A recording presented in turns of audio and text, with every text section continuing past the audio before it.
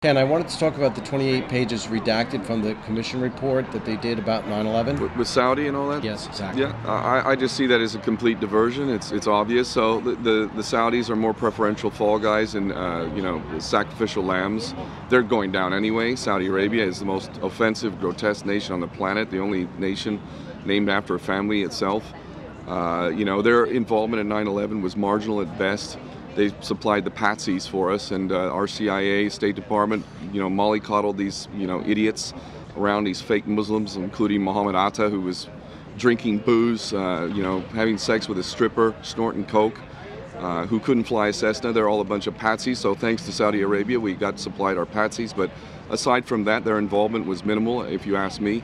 So it's clearly diversion from the real culprits, which is Mossad, Israeli intelligence, along with traitors in the U.S. government and military. That's the writing is on the wall. It's in public record right now. If we had a legitimate investigation, we'd be arresting some of these dual nationals for shipping these Israelis who were arrested on the day, caught with explosives, who failed lie detector tests, who were admitted to, as we all know, the dancing Israelis. We know that they were admitted to actually having foreknowledge of the event because they were sent to that location to film the event. So why are we looking at the Saudis and not looking at the Israelis? It's a diversion. It's obvious to me, and it's all one big show. What do you think about right now the political environment with the presidents and the election and stuff like that? What do you think is going on? I don't know it's a charade, but yeah. I just want to know what you think about it. Well, I mean, importantly, Donald Trump is the phenomenon of people around the world of seeking anything but the same old cardboard cutout prostitutes we know as politicians. Anything they see is not that, they'll take it. This is happening all over, and because people around the Western world, around the world, are getting sick and tired of these prostitutes who lie to us every 4 years or 5 years or whatever. So anything they perceive to be outside of that, they'll choose it.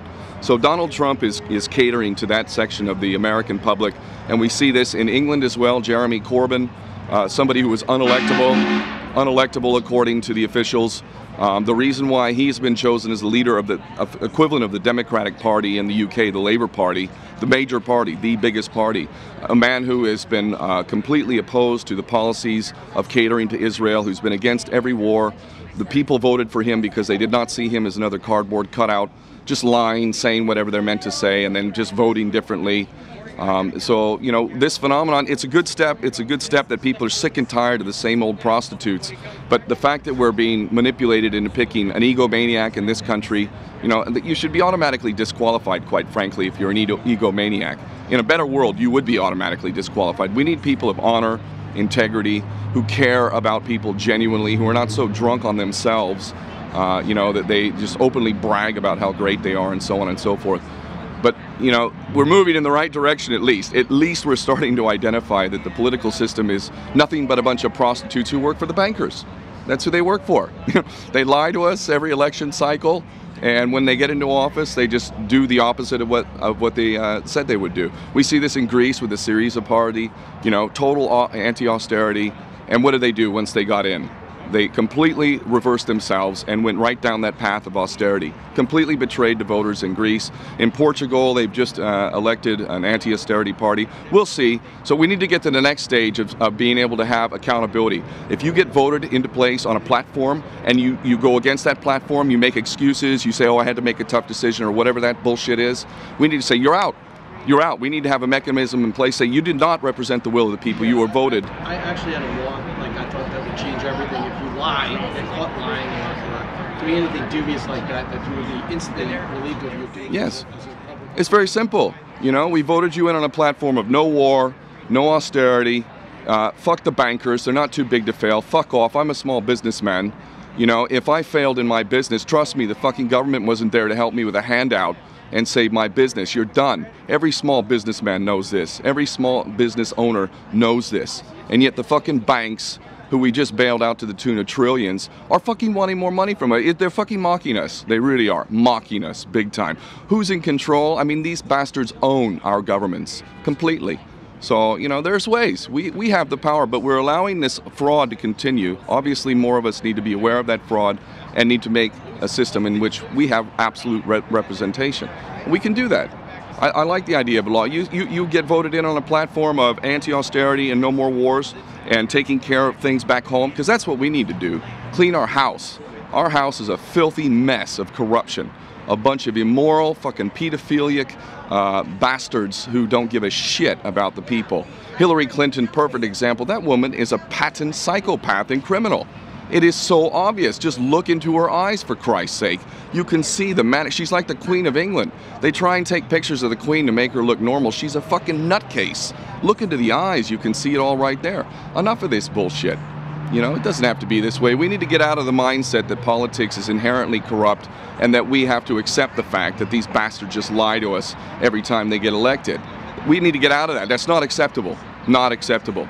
And we can determine a different reality if we insist on it. What are you up to now? I have a project called World Citizen Solutions. The whole strategy has not been revealed just yet, but at the core of it is a new social contract, an agreement amongst people around the world, regardless of religion, of nationality, any of the demarcations between us. All of that shit should melt away. We as people should make an agreement to respect each other and to respect our planet. A social contract in writing that notifies our respective governments that we will no longer partake in this bullshit dog and pony show that you keep presenting us. There is a better way, and it starts with us agreeing in writing, in real terms, in lawful terms, and in contractual terms, to respect each other. Everybody. No more wars of aggression, no more bullshit lies justifying some fucking war against boogeymen halfway around the world, sending American sons and daughters off to fight bullshit, illegal, immoral wars for Israel, no less, so that they can come back and commit suicide to the tune of 22 a day. How many more American sons and daughters do we want to sacrifice for fucking nefarious reasons so that we can cater to an agenda which is anything but beneficial, not only to the people of the world, but even to the people of Israel themselves? Why are we fighting wars for Israel to expand into the greater Israel project? This is ridiculous. It's insane. And it mocks every genuine American patriot. How fucking dare you call yourself a patriot while you allow these fucking traitors inside of the U.S. government? The entire government, almost without exception, is nothing but a den of traitors. Every fucking one of them has defied their oath to uphold the Constitution. We're allowing this shit? They need to be arrested. Now. Now. And until such time, there ain't no fucking American patriots in this country. Fucking A, read your goddamn Constitution. Shame on you. We need to fucking act now. Really. Enough now. Fucking. Last question. What do you know about Extortion 17? What, remind me? The 22 SEAL teams that were set up in the helicopter that were all killed. Yeah. 3 eyes in the sky were shut off. What do you know about that?